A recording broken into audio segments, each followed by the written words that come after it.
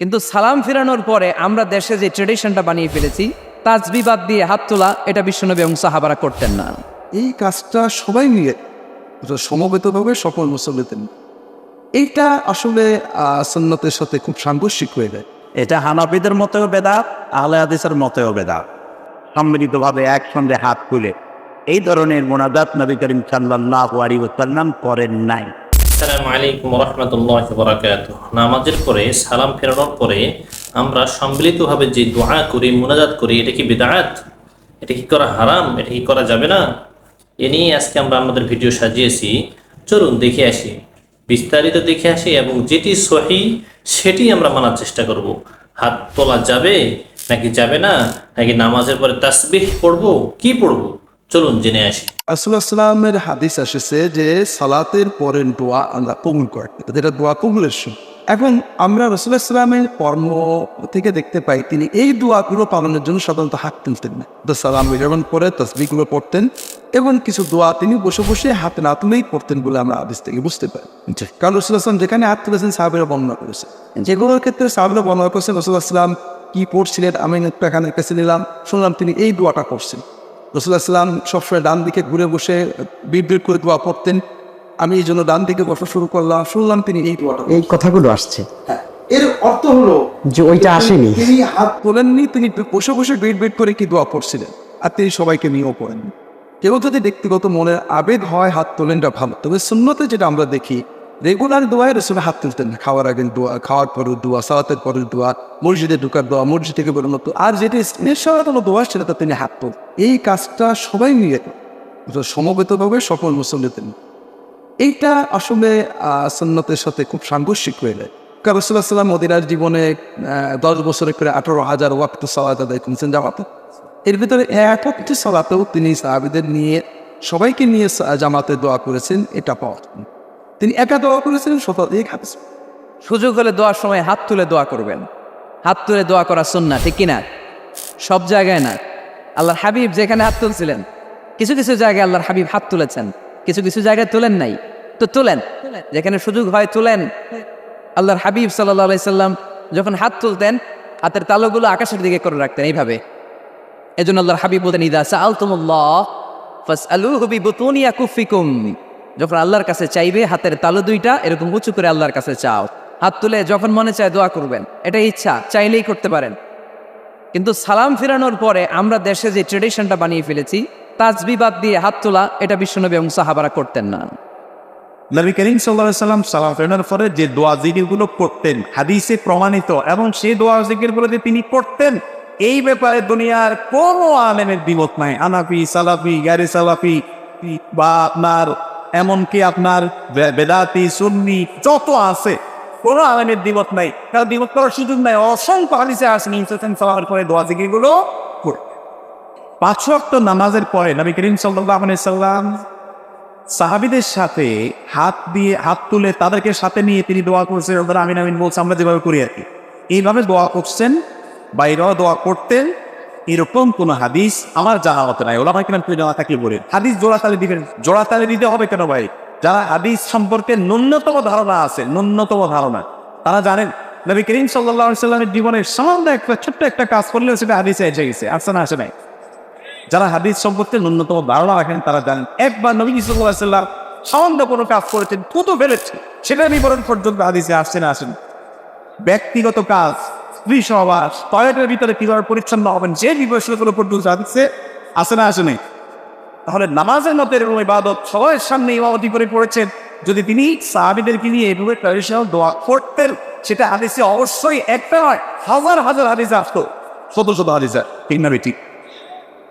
কিন্তু সেরকম হাদিস তো পাওয়া যায় না। হাদিস পাওয়া যায় কি না, আমাদের দোয়া কবুল হয় এবং দোয়া আদব আত্মলা, ওই হাদিসে জোড়া তালি দিলে আবার এক প্রশ্ন হলে একজন দোয়া করলে বাকি আমাদের দোয়া কবুল হয়। 3 হাদিস দোয়া তালি দিলে আর 10 সন্দেশ দোয়া সাম হয়। সেখানে হাজার হাজার সাহাবীদেরকে সাথে নিয়ে মসজিদে নববীতে তিনি 10 বছরই ইমামতি করেছেন। তারপরে আবু বকর, ওমর, ওসমান, আলী রাদিয়াল্লাহু তাআলা আজমাইন, এই 4 খলিফা মিলে 30 বছর পড়েছে।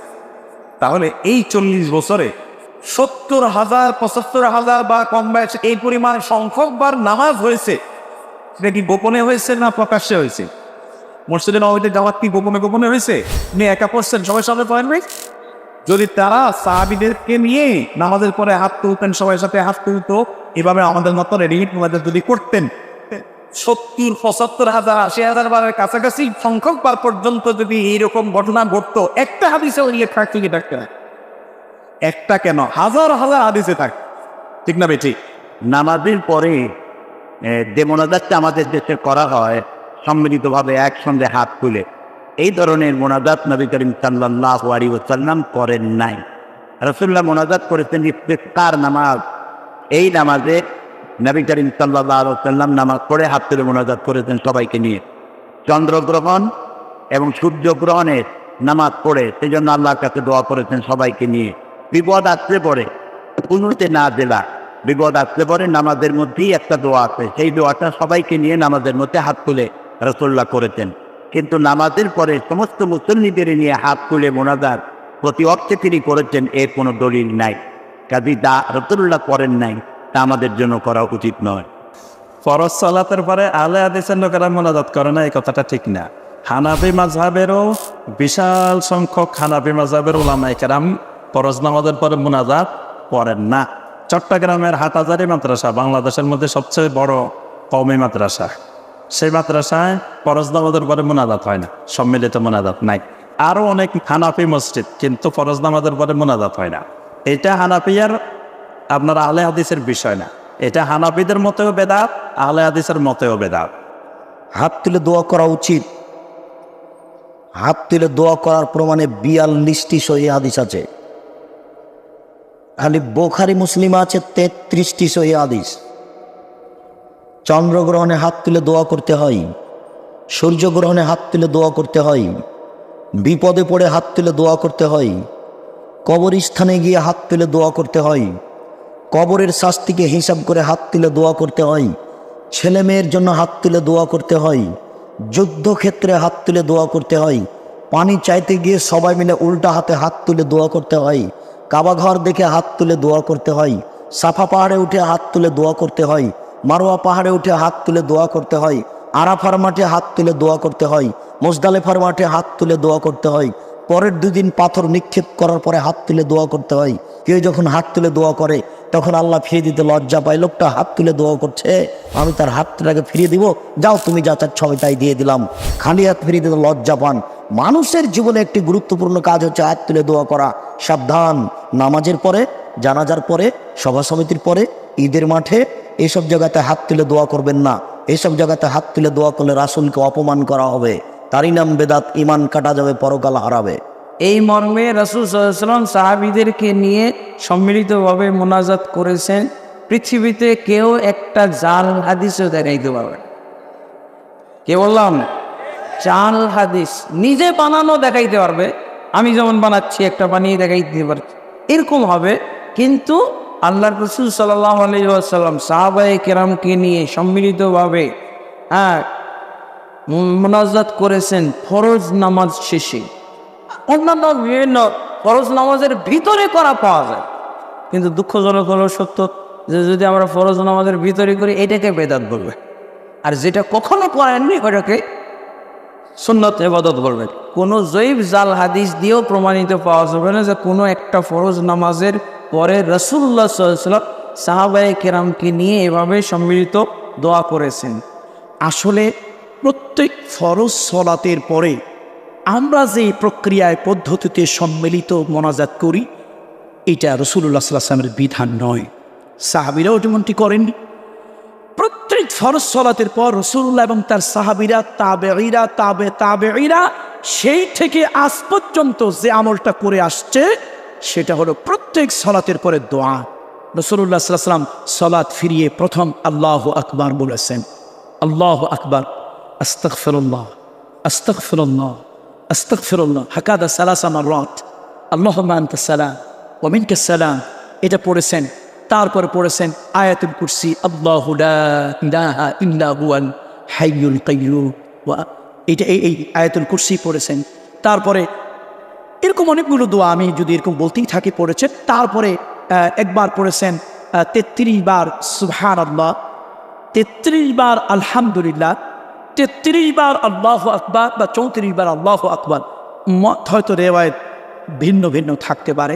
এরপরে সূরা নাস পড়েছেন, সূরা ফালাক পড়েছেন, আরও কিছু মাসনুন দোয়া পড়েছেন। আল্লাহ নবী এরকম দোয়া হয়তো এটা সেটা একটু এদিক সেদিক হতে পারে, কিন্তু এটা প্রত্যেক সালাতের পরে রাসূলুল্লাহর আমল ছিল, সাহাবীদের আমল ছিল। একটা হাদিসের মধ্যে এসেছে প্রত্যেক নামাজের পরে আয়াতুল কুরসি যারা নিয়মিত আমল যারা বানিয়ে নেবে, এই লোকটার মধ্যে বেহেশতের মধ্যে মৃত্যু ছাড়া আর কোনো পর্দা থাকবে না। হ্যাঁ, আপনি মোনাজাত করেন, আরও পরে গিয়ে করেন, কিন্তু এই মাসনুন দোয়াগুলি যা রাসূল নিয়মিত পড়েছেন, সাহাবীরা পড়েছেন, তাবেঈরা পড়েছেন, আমার দেশের ইমাম সাহেবদের আর এই মুসল্লিদের কোন রোগে, কোন জিনে, কোন ভূতে, কোন প্রেত পিশাচে ধরলো যে নামাজ পড়ে সালাম ফিরাইতে দেরি, হাত তুলে মোনাজাত করতে দেরি। বাংলাদেশে ফরজ সালাতের পরে, ফরজ নামাজের পরে 2 হাত তুলে সম্মিলিত মোনাজাত করে, আর সৌদি আরবে করা হয় না। এটা কেন? কারণ নবী করিম সাল্লাল্লাহু আলাইহি ওয়াসাল্লাম জীবনে কোনোদিন করেননি। আর সৌদি আরবটা রাসূলুল্লাহ সাল্লাল্লাহু আলাইহি ওয়াসাল্লামের দেশ, এখানে সহি সুন্নতটা আছে, যার ফলে এখানে কোনো মসজিদে সম্মিলিত দোয়া হয় না। তবে বাংলাদেশের সবাই যে সম্মিলিত মোনাজাত করে সব মসজিদে, এটা কথা ভুল। হানাফিদের সবচেয়ে বড় মাদ্রাসা বাংলাদেশে হাটহাজারি, সবচেয়ে বড় মাদ্রাসা। ভারতের দেওবন্দ আর বাংলাদেশের হাটহাজারি, ওটা দেওবন্দারি শাখা বলতে হবে। তো বিশাল মাদ্রাসা, কয়েক হাজার ছাত্র, আজকে থেকে 40 বছর আগে দোয়া উঠে গেছে সম্মিলিত মোনাজাত। আর আমার কথা বিশ্বাস না করেন তো একবার দেখে আসবেন খরচ করে। তো কথা হচ্ছে যে যারা হকটা পেয়ে গেছে মেনে নিয়েছে, আর অনেকে হক পাওয়ার পরে গোড়ামি করেছে, মানেনি। কিন্তু হক হক, সত্য সত্য, সত্যটা যারা পেয়ে গেছে মানা ফরজ। কথা বুঝতে পারছেন না? দোয়া সব জায়গায় আছে, কিন্তু হাত তোলা সব জায়গায় নাই। হাত তোলা একাকি নফল সালাতের পরে মাঝে মধ্যে বা অন্য যে কোনো প্রসঙ্গে মাঝে মধ্যে কেউ করতে পারে, কিন্তু জায়গায় জায়গায় হাত তোলা এটা সুন্নাহ নয়। বিশেষ করে ফরজ সালাতের পরে হাত তোলা এটা সুন্নাহ নয়। সহি নিয়ম হলো নবী করিম সাল্লাল্লাহু আলাইহি ওয়াসাল্লাম যে তরিকায় করেছেন, তিনি একলা একলা পড়তেন অনেক। প্রত্যেক সাহাবী নিজের মন মতো, কেউ 3টা, কেউ 5টা, কেউ 10টা দোয়া পড়তেন, প্রত্যেকে আলাদা আলাদা পড়তেন। এটা হলো সহি নিয়ম। তাহলে ফরজ নামাজের পরে দোয়া নিয়ম আছে না নাই? আছে। আর যেটা আমাদের দেশের রব্বানা আতানা এক মিনিট, এই নিয়ম সবাই মিলে একসঙ্গে করা রাসূলুল্লাহ সাল্লাল্লাহু আলাইহি ওয়াসাল্লামের কাছে কোনোদিন ছিল না। জামাতে নামাজ পড়ার পরে বিশ্বনবী সাল্লাল্লাহু আলাইহি সাল্লাম যেটা করতেন, সালাম ফিরিয়ে তিনি একবার বলতেন আল্লাহু আকবার, 3 বার বলতেন আস্তাগফিরুল্লাহ, একবার বলতেন আল্লাহুম্মা আনতাস সালাম ওয়া মিনকাস সালাম তাবারাকতা ইয়া যাল জালালি ওয়াল ইকরাম, একবার পড়তেন আয়াতুল কুরসি, 33 বার পড়তেন সুবহানাল্লাহ, 33 বার আলহামদুলিল্লাহ, 34 বার আল্লাহু আকবার। এছাড়া আরও কিছু দোয়া আছে। আল্লাহর হাবিব কন্টিনিউ প্রতি নামাজের পরে, ফরজ সালাতের পরে এগুলো করতেন। বাংলাদেশে সুন্নাহটা মরে গেছে, ইমামও এটা করে না, মুসল্লিরাও করে না অধিকাংশ জায়গায়। বরং নামাজের সালাম ফিরিয়ে হাত তুলে 1 মিনিটের জন্য দোয়া করে, এরপরে সবাই সুন্নাহ পড়া শুরু করে। আপনারা নামাজের পরে দোয়া কবুল হয়, ফরজ সালাতের পরে হাদিস আছে, তাই সুন্নাহ জিকিরগুলো করে তারপরে যদি আপনি মনে চায় আপনি আরও দোয়া করতে পারবেন, কোনো অসুবিধা নেই। কিন্তু এই সুন্নাহ জিকিরগুলো বাদ দিয়া দোয়া করার কোনো প্রয়োজন নাই।